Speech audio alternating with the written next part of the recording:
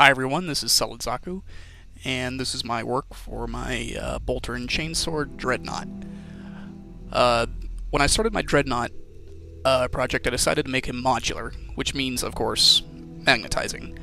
These magnets were acquired from the Mini Wargaming's, the miniwargaming.com super sale that they had a few weeks ago.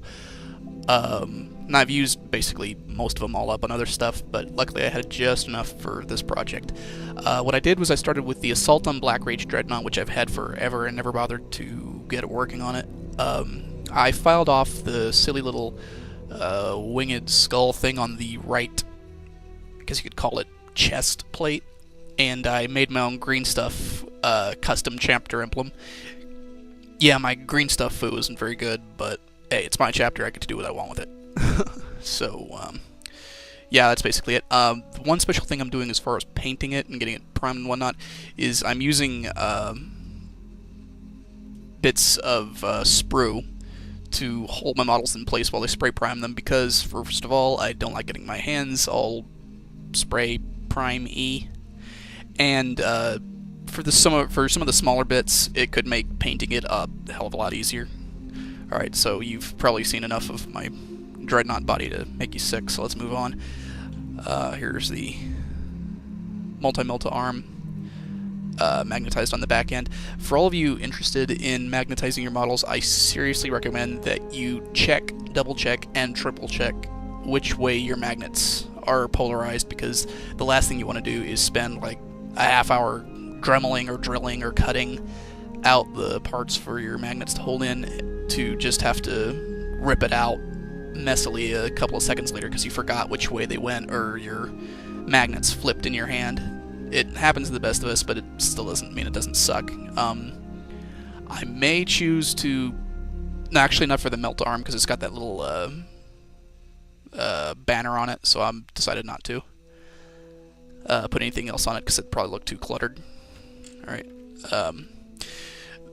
This next piece, I haven't put a stick on it yet, but it will eventually. This is just the las cannon arm. We'll probably get a chapter emblem on it sometime. And there's the magnet. Now these ones that don't have the sticks on them, these ones came with other Dreadnoughts that I've bought. I mean, anybody who's bought a Dreadnought would know that they come with extra weapons that you just plain don't use.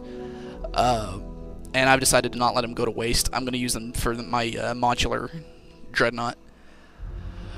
This is the arm that came with the Assault on Black Reach Dreadnought. The thing about the Assault on Black Reach Dreadnought arms is that they have little sockets for the arm pieces to slide through. The problem is when you're trying to magnetize it, if you just glue the magnets right on top, it bulges out, and basically it looks like your Dreadnought is, well, not on steroids, but definitely needing some repairs. So what you just basically got to do is just use your X-Acto knife, kind of like an auger, spin it around, and then just cut out some of the excess top of it, and glue your magnet in. Now, if you want, you can offset the magnet like I did. Well, actually, I didn't offset it. It was kind of an accident, but I'll say that I did it just to be cool. Basically, you can offset the magnet a little bit by carving a certain direction to make it look like it's aiming in or aiming out or grabbing something close by or far away. Your choice on that. And let's see, take a look at the back. Yeah, I might put a special something on the arm. Missile launcher arm from one of my spare Dreadnoughts. Let's try to move the camera. The assault cannon arm. I tend to use assault cannons more than much of anything else when I'm using my Dreadnought, but it's nice to have something customizable.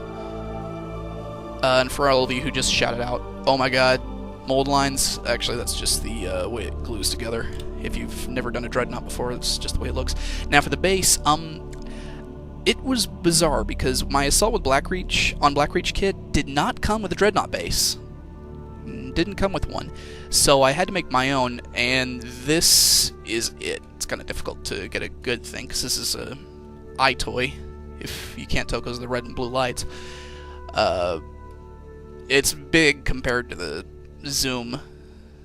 And all this is basically, I had a Land Raider that I was trying to paint strip and reprime and redecorate and re-this and that.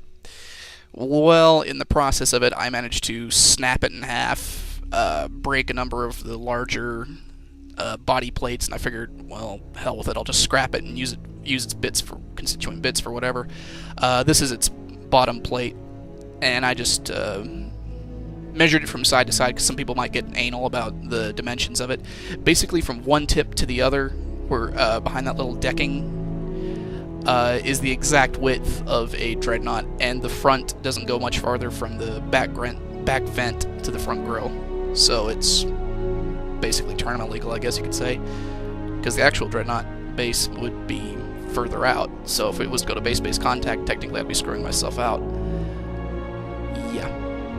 Anyway, I'm thinking of doing this as if it was fighting somewhere indoors, as if we're fighting inside some kind of, you know, complex or something, smashing things about. But that's for the painting section, not the modeling section. So I will make the next video when this thing is spray primed.